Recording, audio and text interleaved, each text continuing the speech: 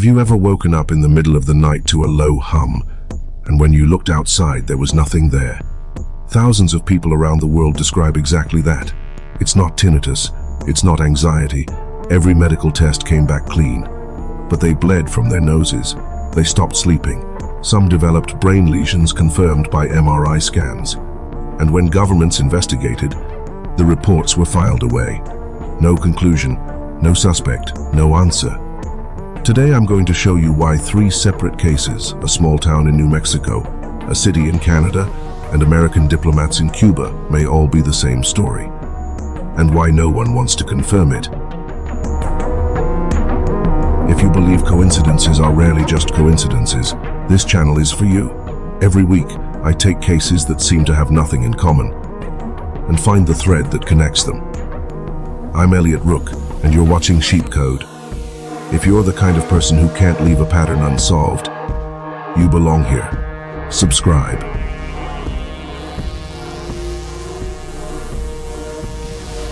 Everything is connected. Nothing is random. They heard it at night, mostly.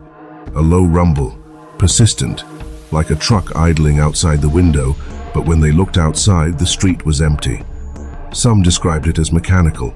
Others said it felt alive, pulsing with a rhythm that almost matched their heartbeat. The sound wasn't loud. That was the strange part. It was barely there. A whisper of vibration at the edge of perception, but it never stopped. Doctors found nothing wrong with their ears. Acoustic engineers brought equipment that could detect frequencies no human should hear. The machines recorded silence. Yet people bled from their noses. They stopped sleeping. Some reported a pressure building inside their skulls, as if their brain was expanding against bone. The incidents happened thousands of miles apart. Different countries, different decades. For years, no one connected them. Why would they? A small town in New Mexico, a border city in Canada, embassy staff in Cuba. Nothing linked these places. Nothing visible. But beneath the surface, something was moving. Not through the air, not through water, through the ground itself, and the people who heard it, they were never meant to. This is the story of a signal that doesn't travel through the world. It travels through you. Chapter 1, Taos, New Mexico, 1993. Taos sits in the high desert of northern New Mexico, surrounded by ancient mesas and the Sangre de Cristo Mountains. Population, barely 5,000. The kind of place where everyone knows everyone, where the biggest news is usually about the art galleries or the ski resort up the mountain. In 1993, something changed. It started with a woman named Katie Jenkins. She was a school teacher, 42 years old, healthy. One morning in March, she woke up and couldn't shake the feeling that a truck was running outside her bedroom window. She looked outside. Nothing. She went back to bed. The sound continued.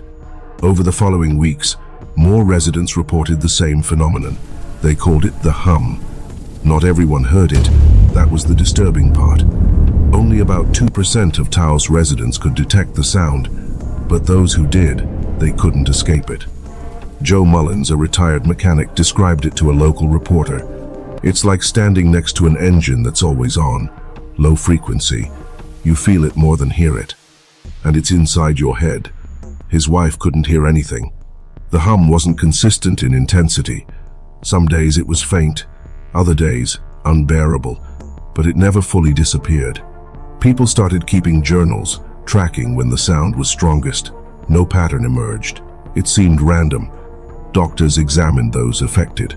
Standard hearing tests showed nothing abnormal. No tinnitus, no inner ear damage. Their hearing was, by all medical standards, perfectly normal. Yet they suffered.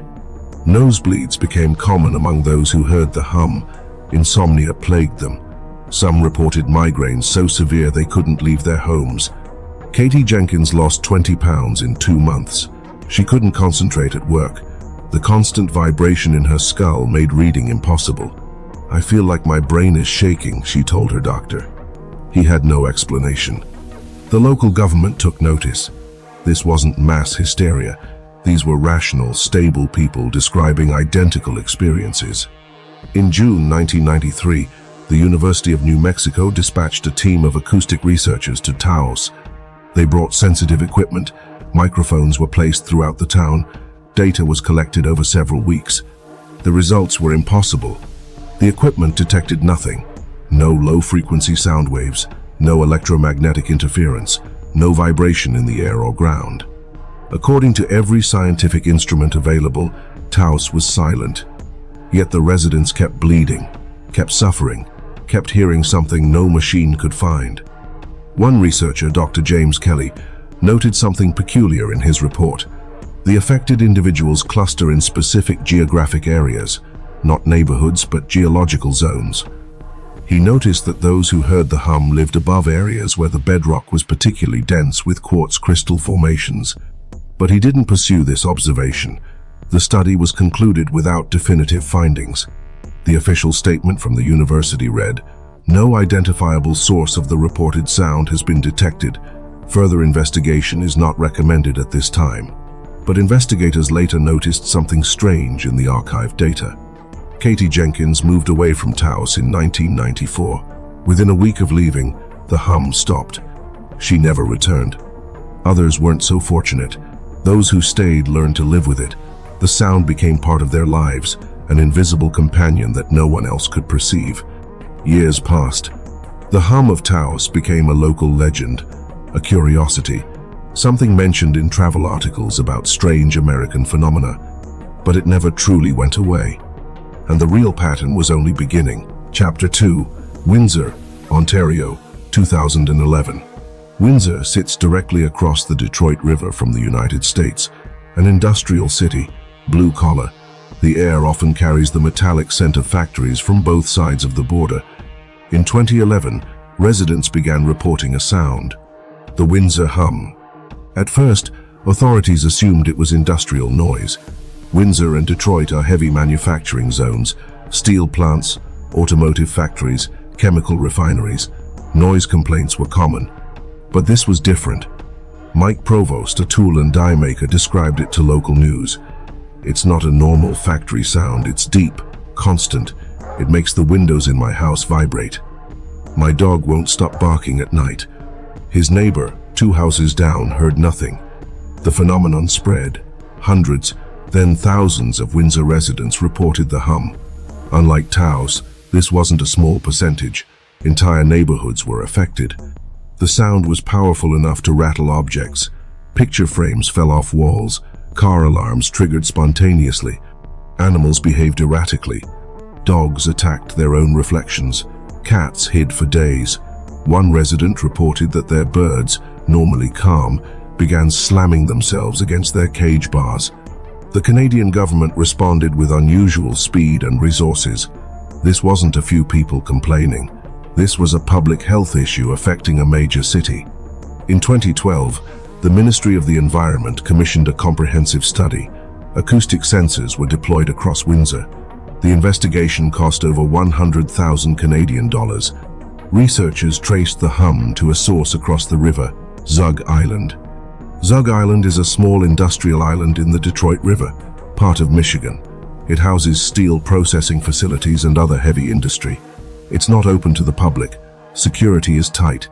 The Canadian study concluded that industrial activity on Zug Island was generating the low-frequency sound affecting Windsor.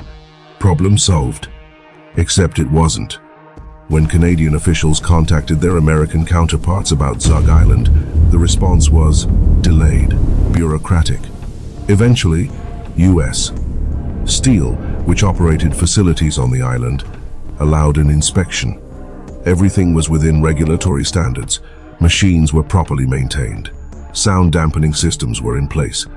More importantly, when power to certain facilities was temporarily shut down for testing, the hum didn't stop. It continued, unchanged. The residents of Windsor kept suffering. Sleep deprivation became epidemic in affected areas. People moved away. Property values dropped. The explanation didn't help those still living with the effects. One detail, buried in the official reports, went largely unnoticed by the media. The hum was strongest in areas of Windsor built on specific geological formations.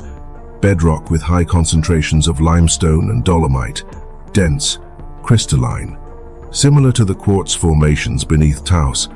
But no one made that connection. Why would they?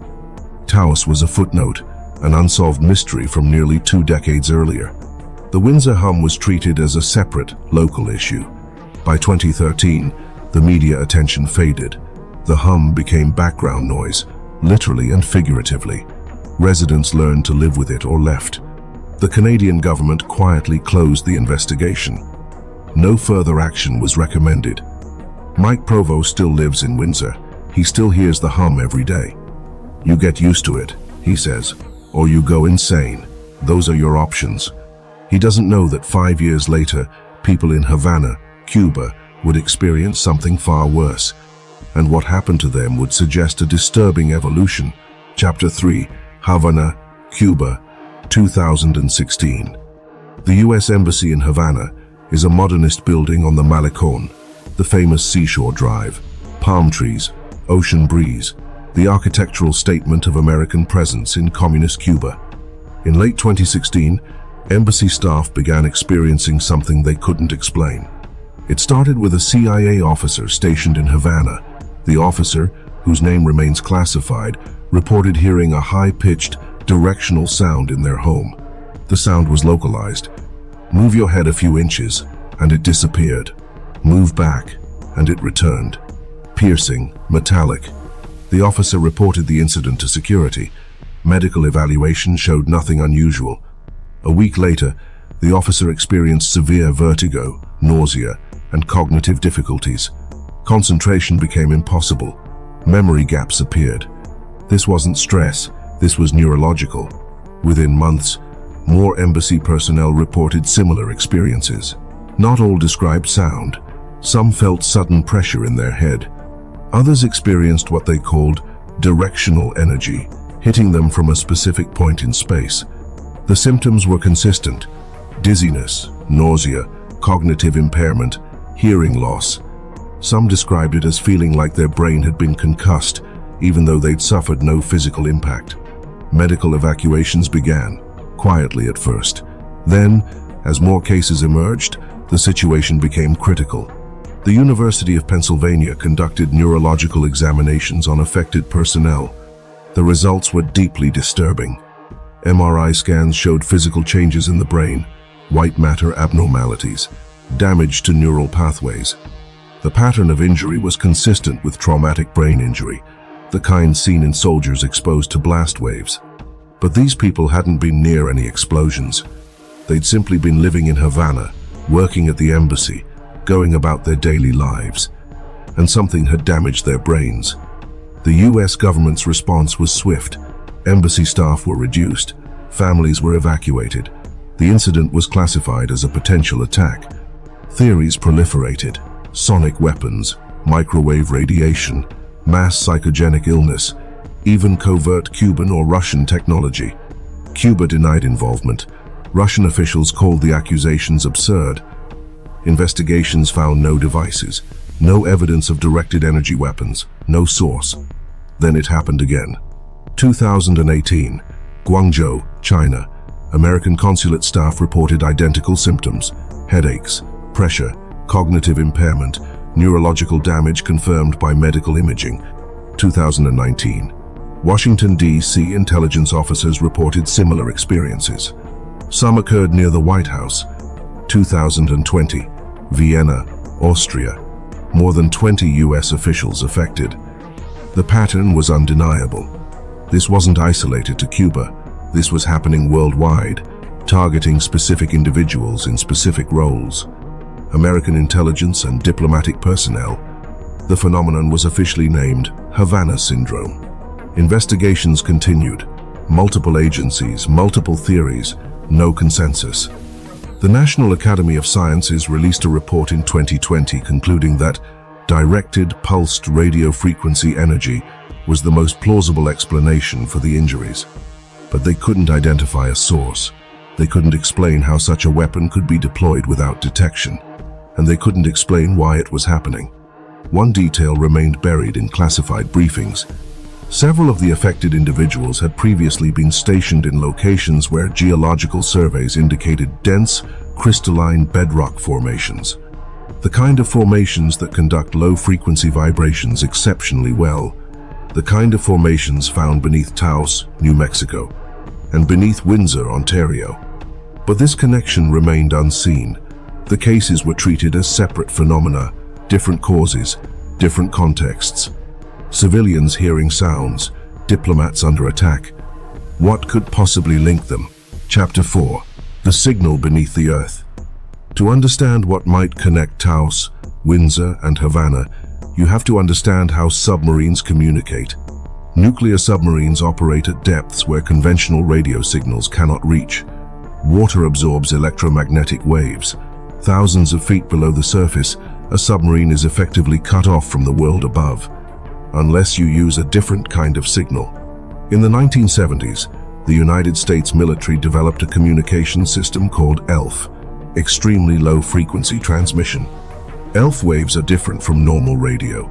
The wavelengths are enormous, sometimes hundreds of miles long. They penetrate water, rock, even the earth itself.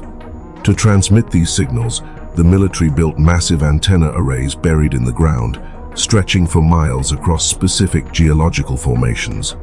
The earth itself becomes the antenna. The largest ELF facility in the United States was in Michigan's Upper Peninsula.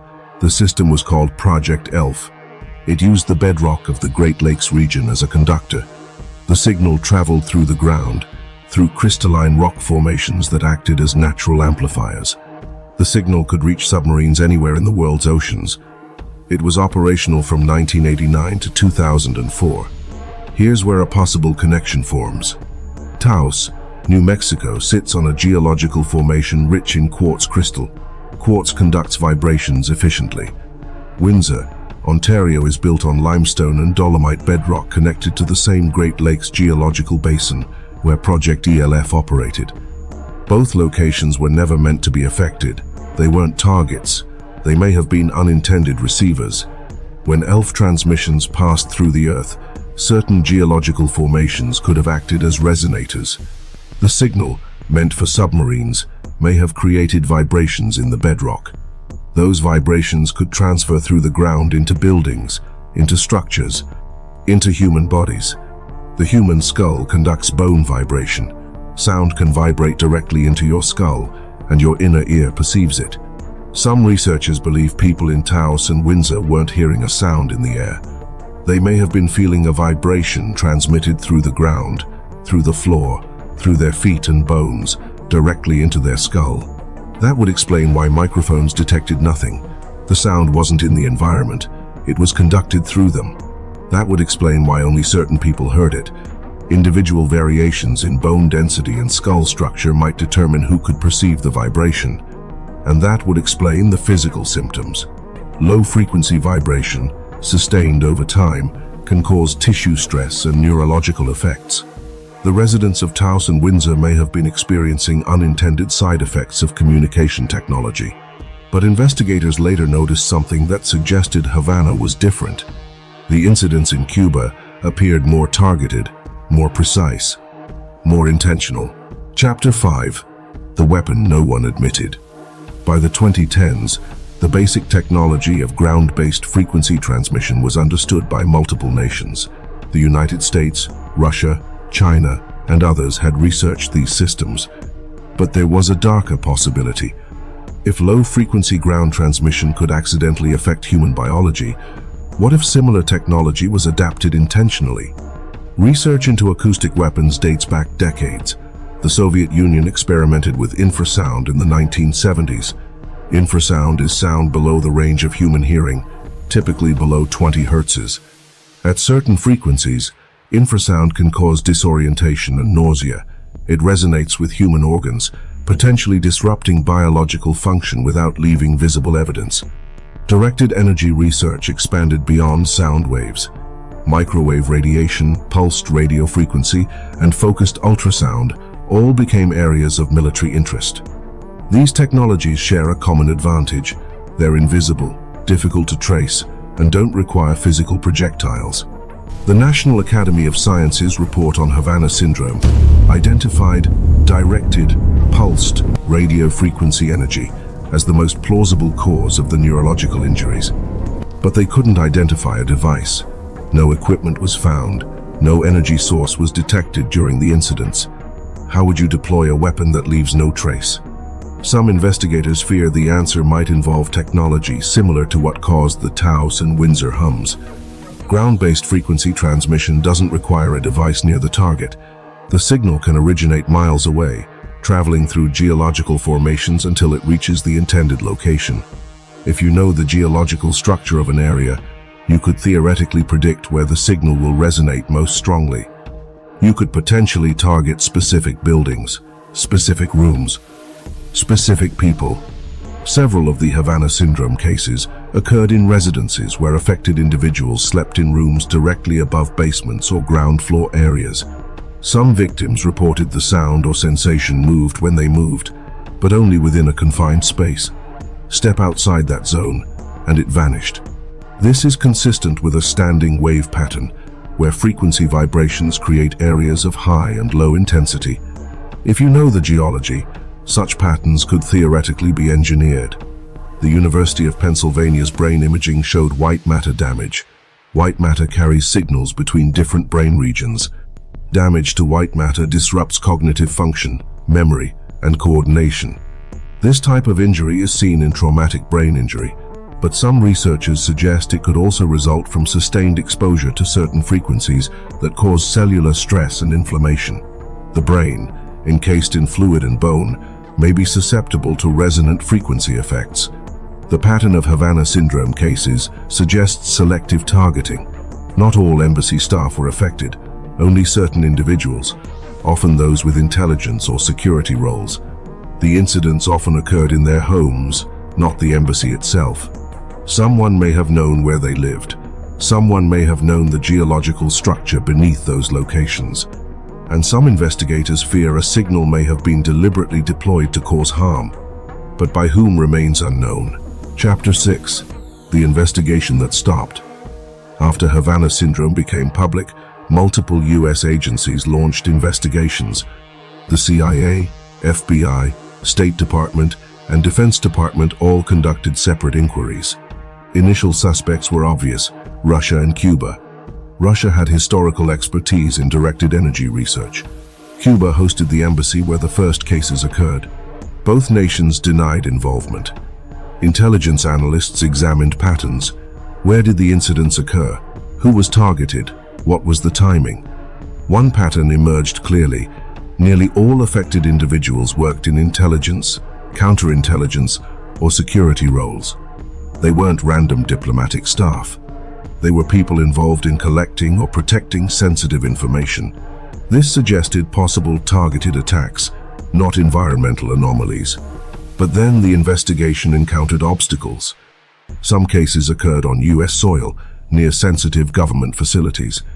If a foreign power was deploying directed energy weapons inside the United States, it represented an unprecedented breach of security. Yet no devices were found, no suspects identified, no evidence of foreign operatives near the incidents. The alternative explanation was more disturbing. What if the technology was domestic? In 2019, reports emerged that some Havana syndrome cases might be linked to classified U.S. military technology being tested or deployed without proper safety protocols. This theory was immediately controversial and officially rejected. But questions remained. The United States operates ground-based communication and surveillance systems that use geological conduction. These systems are classified. Their locations, capabilities, and operational parameters are not public knowledge.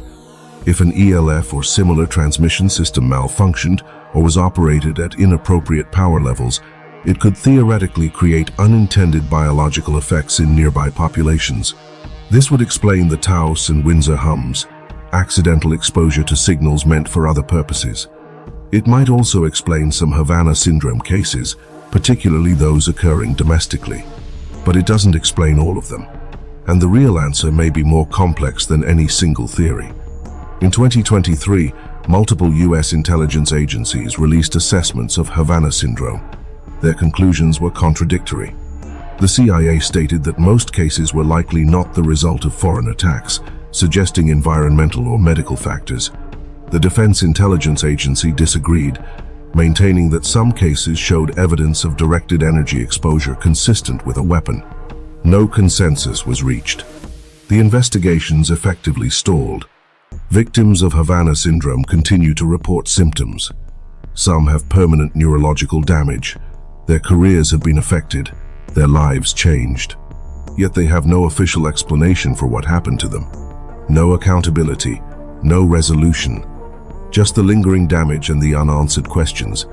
Meanwhile, in Taos, the hum continues. In Windsor, residents still report the vibration. New cases of unexplained sounds and sensations emerge periodically in other locations. Each is treated as an isolated incident. The connection between them remains officially unrecognized, but the geological data suggests a pattern no one wants to confirm.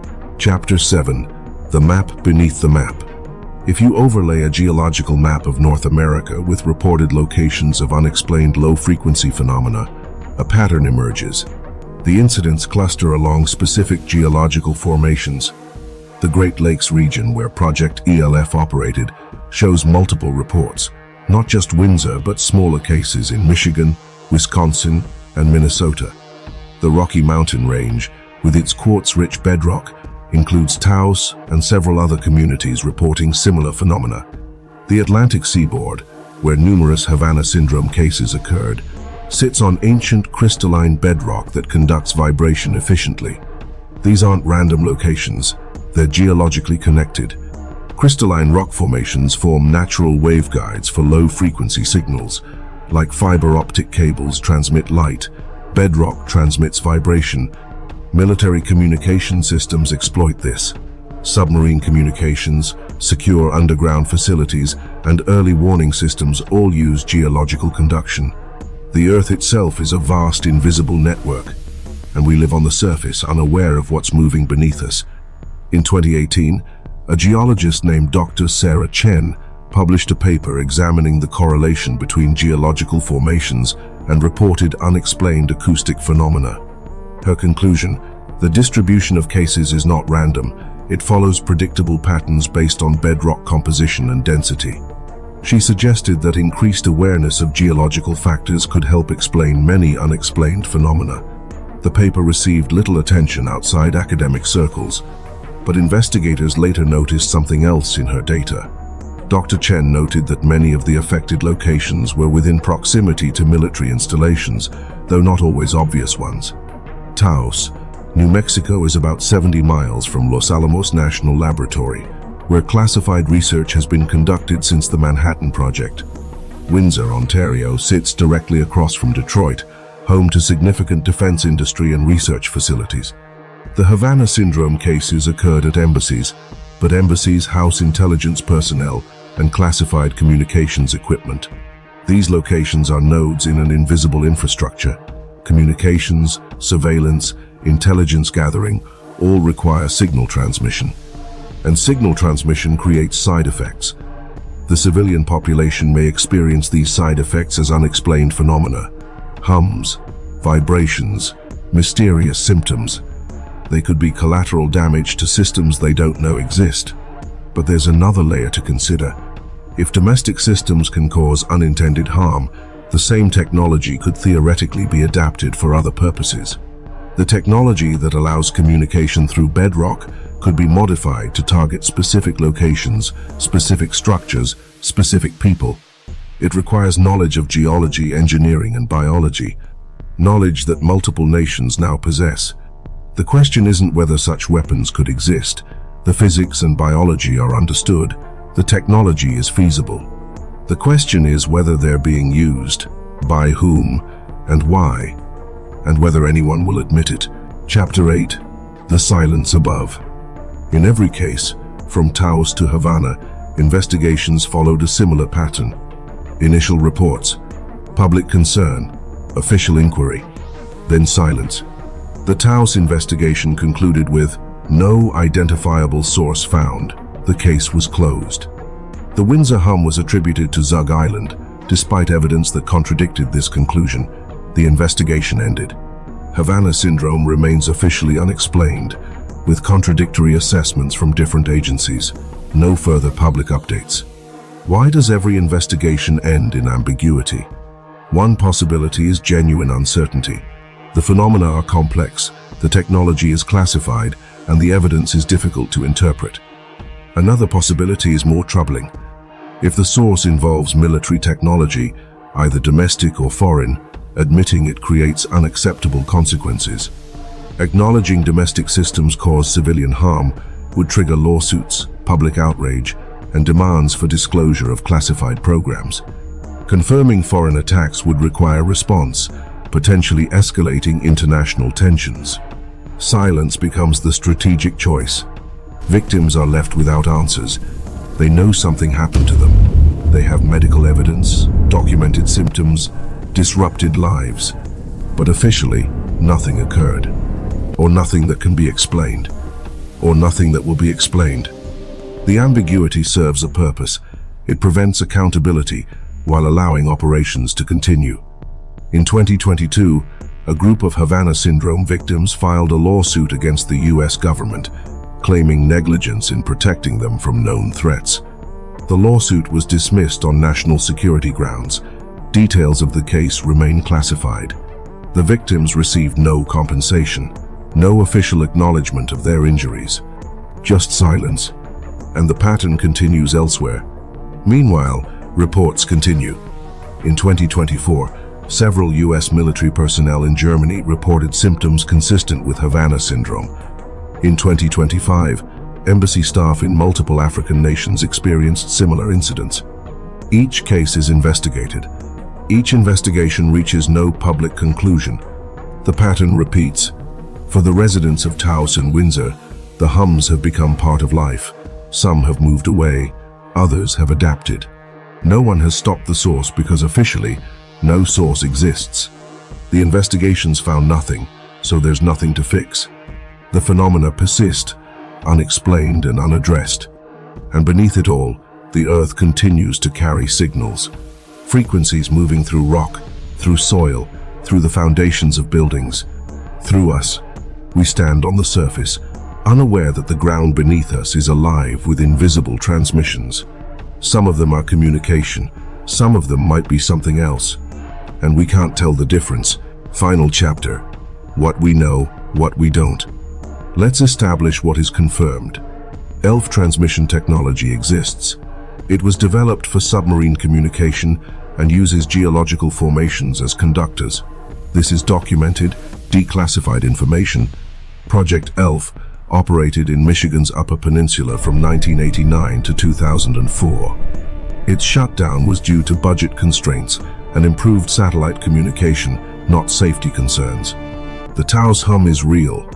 Approximately 2% of Taos residents reported persistent low-frequency sound that acoustic equipment could not detect. Medical examinations confirmed physical symptoms including nosebleeds and cognitive difficulties. The Windsor hum is real. Thousands of residents reported vibrations strong enough to rattle objects. Canadian government investigations confirmed the phenomenon, but reached no definitive conclusion about its source. Havana syndrome is real. Over 100 US government personnel have reported symptoms and received medical diagnosis of neurological injury. Brain imaging confirms physical damage consistent with traumatic injury, though the mechanism remains debated. These facts are not disputed. What remains uncertain is the connection. Official investigations have not linked the Taos hum, Windsor hum, and Havana syndrome. They are treated as separate phenomena with different causes. The geological correlation exists, but it has not been officially recognized as evidence of a common mechanism. The National Academy of Sciences suggested directed pulsed radio frequency energy for Havana syndrome, but this remains a hypothesis, not a confirmed finding. No device has been found, no weapon has been identified, no nation has admitted deploying directed energy technology against US personnel or civilian populations. The source, if there is a single source, remains unknown. Multiple theories exist, some credible, some speculative. Ground-based frequency transmission causing unintended biological effects is plausible based on known physics and documented technology. Intentional weaponization of such technology is possible but unproven. Foreign attacks, domestic accidents, environmental factors, and even mass psychogenic illness have all been proposed. None have been definitively confirmed or ruled out. What we're left with is a series of unexplained phenomena that share disturbing similarities. People in different locations, separated by years and thousands of miles, experiencing nearly identical symptoms. Each case occurring in areas with specific geological characteristics. Each investigation ending in ambiguity. Each victim left without clear answers. Perhaps the most unsettling aspect isn't what happened. It's the response. When civilians report unexplained phenomena, they're told it's environmental, psychological, or untraceable. The investigations close quietly. When intelligence personnel report similar experiences, it's treated as a potential national security threat, but the findings remain classified. The pattern suggests knowledge is being protected, not sought. For those affected, the lack of answers is its own form of harm. Katie Jenkins left Taos without ever knowing what caused her suffering. Mike Provost still hears the Windsor hum every day, told it's from an island that testing proved wasn't the source. Havana syndrome victims live with permanent neurological damage, officially classified as anomalous health incidents without clear cause. They know something happened, their bodies bear the evidence, but officially the mystery remains unsolved. And perhaps that's intentional. Some phenomena may be better left unexplained. Some questions may be better left unasked, because the answers might reveal technologies we're not supposed to know exist, or actions that nations can't publicly acknowledge, or systems that serve purposes considered more important than the people accidentally affected by them. The frequency we don't hear. Stand outside at night in a quiet place. Listen to the silence. It's not truly silent. Wind moves through trees. Insects call, distant traffic hums. But beneath that, there's another layer. A frequency so low, so deep, that most people can't perceive it. It moves through the ground, through rock, through the very foundation of everything built on the earth. Most of us never notice it. We go about our lives, unaware that beneath our feet, the earth carries signals, communication systems, surveillance networks, research projects we'll never know about. For most people, this invisible infrastructure remains exactly that, invisible. But for some, something changes. Maybe it's where they live, the geology beneath their home, the density of the bedrock. Maybe it's their biology, the structure of their skull, the sensitivity of their nervous system. Maybe it's just chance. And suddenly, they perceive something they were never meant to perceive. A sound that isn't a sound. A pressure that has no source. A frequency transmitted through their own skeleton, bypassing their ears entirely. They become unintended receivers of signals meant for submarines in the ocean's depths or classified facilities hidden beneath mountains. The technology exists. That's not speculation. Governments have admitted to using ground-based frequency transmission for military communication. The physics are well understood. Crystalline rock conducts vibration. Low-frequency signals penetrate barriers that stop normal radio waves. And human biology responds to these frequencies in ways we're only beginning to understand. What happened in Taos, Windsor, and Havana might be 3 chapters of the same story. A story about technology designed for one purpose, creating unintended consequences, or consequences that can't be publicly acknowledged. A story about signals moving beneath our feet, through our bones, into our brains. A story that governments investigated but never fully explained. The truth, whatever it is, remains classified, disputed, or simply unknown. The victims remain without clear answers. The phenomena continue, reported sporadically in new locations, each treated as an isolated case.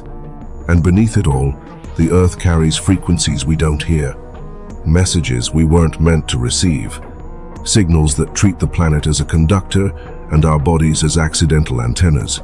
Perhaps the most disturbing truth isn't what we've discovered. It's what we've chosen not to discover.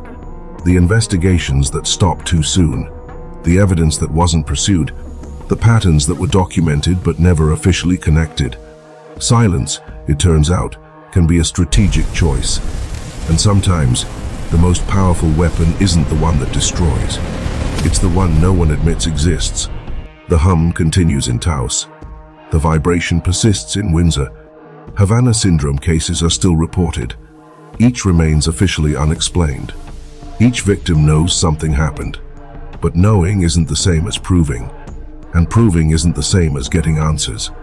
So we stand on the surface of a planet alive with invisible transmissions. Most of us hear nothing. Some of us hear everything. And the ones who do, they're left to wonder if what they perceive is accident, deliberate action, or simply the price of living above technology we'll never be allowed to understand. The frequency beneath continues, silent to most, deafening to some, and the Earth, indifferent to our suffering or our questions, carries the signal forward.